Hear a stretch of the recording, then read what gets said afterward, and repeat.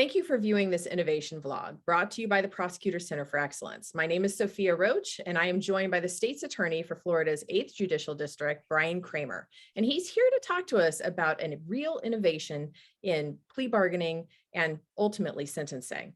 Welcome. Tell us a little bit about Florida's 8th Judicial District. Well, thank you so much. It's wonderful to be here. So Florida has 20 judicial circuits, and I am the state attorney for the 8th Judicial Circuit, which is in north central Florida. We go from the Georgia border all the way to the Gulf of Mexico, right through the middle of Florida. It contains 6 counties, which are Alachua, Baker, Union, Bradford, and Levy County, and Gilchrist County. And there are approximately 300,000 constituents in the 8th Judicial Circuit, and we have approximately 40 law enforcement agencies that we regularly receive cases from, and we process approximately 20 to 22,000 criminal complaints per year here in the 8th Judicial Circuit. And how many prosecutors do you employ in the office? So we have 45 assistant state attorneys that are currently work for us. The number can be down or up as any office, depending upon hiring conditions and who's available, that type of thing. But on a normal, at a normal time, it's about 45. And we also have about 100 support staff that support the work of those prosecutors. Okay. Now, we're here today to talk about an innovation, some software that you have recently started using in your jurisdiction to help improve plea bargaining, sentencing outcomes. What was the issue that you were concerned about that brought you to this innovation? So one of the things that I do is I teach at the University of Florida College of Law from time to time, and I've taught prosecutorial ethics and trial practice there. And in both of those environments, one of the things that we lecture on is in intrinsic bias and confirmational bias. And when I lecture on those issues to the students, one of the things we talk about is what do we do as an organization to become aware of and deal with those bias issues as an entity. And I would say that the answers that we were giving to those students were not particularly good, in the sense of that it came down to the things we all know, such as being aware, referring to supervisors, training, that. And that was really what was in the back of my mind when I encountered the underlying program that that what we're going to be doing underlies that process. So tell us about the program. What type of issues does it address? So the program is a company called Technologies for Justice. The program itself is called ESAS. I forget exactly what that acronym is for. But essentially what they did is they purchased all of the sentencing data from the Florida Department of Corrections that the Florida Department of Corrections has tracked for many years and continues to track, and they buy it en masse from them. And they've developed a system to process that data and display it in a manner that allows primarily defense attorneys to query into the system and look at cases with similar outcomes based upon similarly situated defendants. So they look at most basically they look at the statute number, and then they look at the Florida Criminal Punishment Code sentencing guidelines score sheet number. And with those two pieces of data, they can filter based on a number of different criteria. They can filter for a preset number for preset cases, and they can do that based upon any number of jurisdictions. So you could do statewide, you can do the 8th Judicial Circuit, you can do a particular county within the 8th Judicial Circuit, you can go down as far as a particular judge.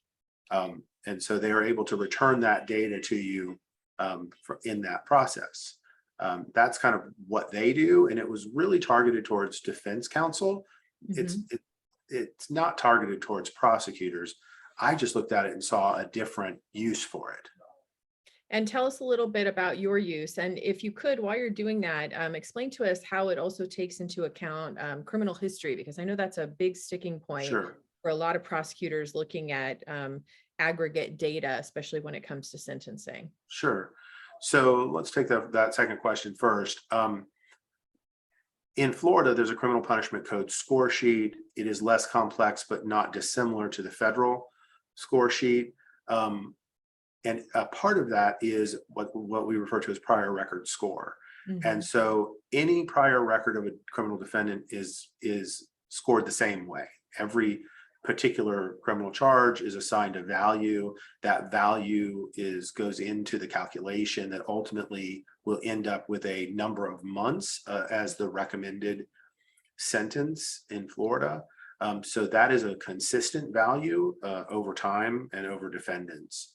And then going back to the original question of what drove me to this sort of is we run a case management system that already utilizes and automates the criminal punishment score sheet into the process.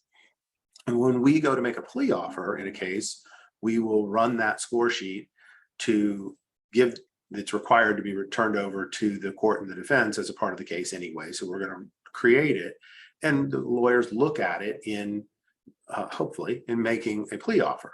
And what occurred to me was that if we already have the data to do the comparison that the ESAS system is doing, is that we could use that data to display to prosecutors what is the average, the mean, the median of these type of cases based upon the criminal punishment code score sheet.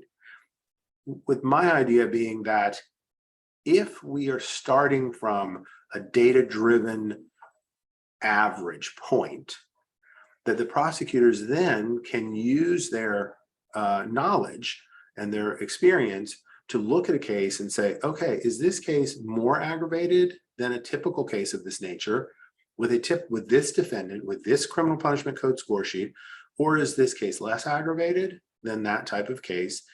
And use those factors to develop a more fair and a more data-driven initial offer in the case. And as prosecutors, we know that that initial offer is incredibly important. It sets everyone's expectations in the case.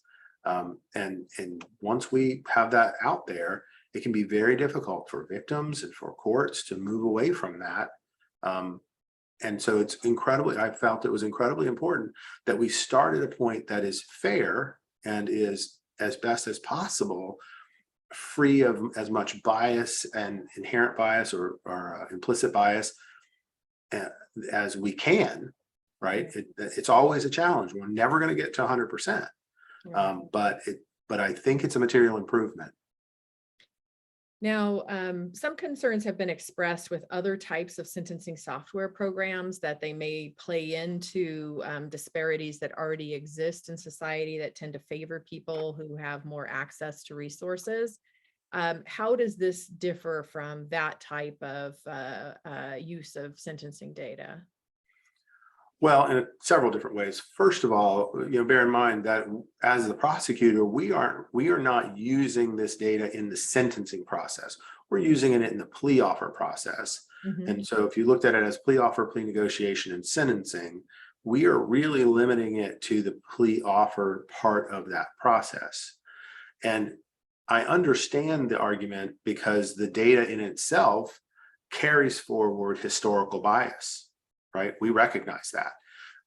And we simply have to accept that at this point, we're doing the best that we can. And what we can do to continue to limit that is to, when possible, look at more recent data than looking at long-term historical data. And that should ameliorate that issue. But from our standpoint, what makes it, where it increases fairness is that we're trying to come up with a more fair plea offer, right? In the vast majority of cases are going to resolve based on the plea offer that we make initially. And one of the things, at least with our local practice, is that the type of things that you're referring to that are essentially the trappings of privilege, in most cases, those things have yet to occur, but at the time that we make the plea offer. So we're making the plea offer in our world, Right. normally within the first 40 days of the case. We only have 15 days from the date that we charge the case to provide what we call discovery information. Other people might call it other information in other places. We only have 15 days by rule to provide that information, and our office provides the plea offer at the time we provide the discovery. So realistically, we're using that data at the beginning of the process when the trappings of privilege have yet to be applied to the circumstance, right? So And for instance, there's not as much information about who the person may be or what their background Correct. resources are. Correct. I mean, sometimes those things are obvious, Right. right? And sometimes they're obvious. Sometimes with a good defense attorney, they're getting to you very quickly in the process. Maybe they're even getting to you before you get to the charging phase of the process. But like all things, even then, if let's say we have a very influential defense attorney who's doing this type of thing, and then you go to make the plea offer, the way the system is designed, the prosecutor will still get that piece of data. And the data is as the agency head, if you are too low in your sentencing, that is as important to me as an agency head than if the prosecutor is too high in their sentencing. So, my idea is to look at something and say, hey, if you are well beyond a standard deviation below what is the norm in this particular case, and they will provide you standard deviation, someone should be asking the question of why. And if the answer is because they have a fantastic defense attorney and they come from a rich family, then that is an answer that, may not be appropriate. Right. If you can point to appropriate and reasonable reasons that the case is mitigated, that may be perfectly fine, right? So it does work in both directions. And it really just forces the prosecutor to make a justification for a deviation. And in that sense, become more conscious about what type of offer that they're working with. Right. And at the minimum, it is to bring them back to center, to say, why are you making the offer that you are making if that offer is well outside of the norm? And we could easily compare types of cases and say, this case looks exactly like every other case, just like this. It's a simple drug possession case. Right. Why would you be well outside of a standard deviation on a simple drug possession case? That should really raise questions, right? If it's a homicide, it may not raise those questions because they are so individually factually driven, or a sexual battery, so individually factually driven. The impact upon the victim or the victim's representatives who survived the incident can be incredibly different across the ranges of cases. And we have to, as prosecutors, account for that. But this does, because we're simply telling you this is the average. And as experienced prosecutors, we can recognize highly aggravated circumstances. Any parting advice for other jurisdictions who might be thinking about how to implement an innovation like this? Well, I think one of the things that's been has made this possible for us has been the cooperation amongst the players. Right. So my advice to anyone who wanted to try and tackle this would be, don't start by going to your version of the county commission and asking them for the money. Start by going to the parties involved, including, so there's the CIP side of it, the people who provide our case management side. We had to get them on board. Right. And we had to have meetings about, hey, how would this actually work? What would it actually look like? And then get the public defender on board and then as the last step, go with a fully developed plan to your funding source to say, this is what it's going to look like when it comes out. And I think that's why we were successful, because if we didn't have all those people on board and it was still up in the air, can this work? Will this work? What will it look like? I don't think our county commission would have been willing to fund it if it were theoretical. It's good advice. Well, thank you so much for sharing this innovation with us, and thank you to our viewers. If you would like to share an innovation, please contact PCE directly at contactpce@pceinc.org. Thank you again. Thank you.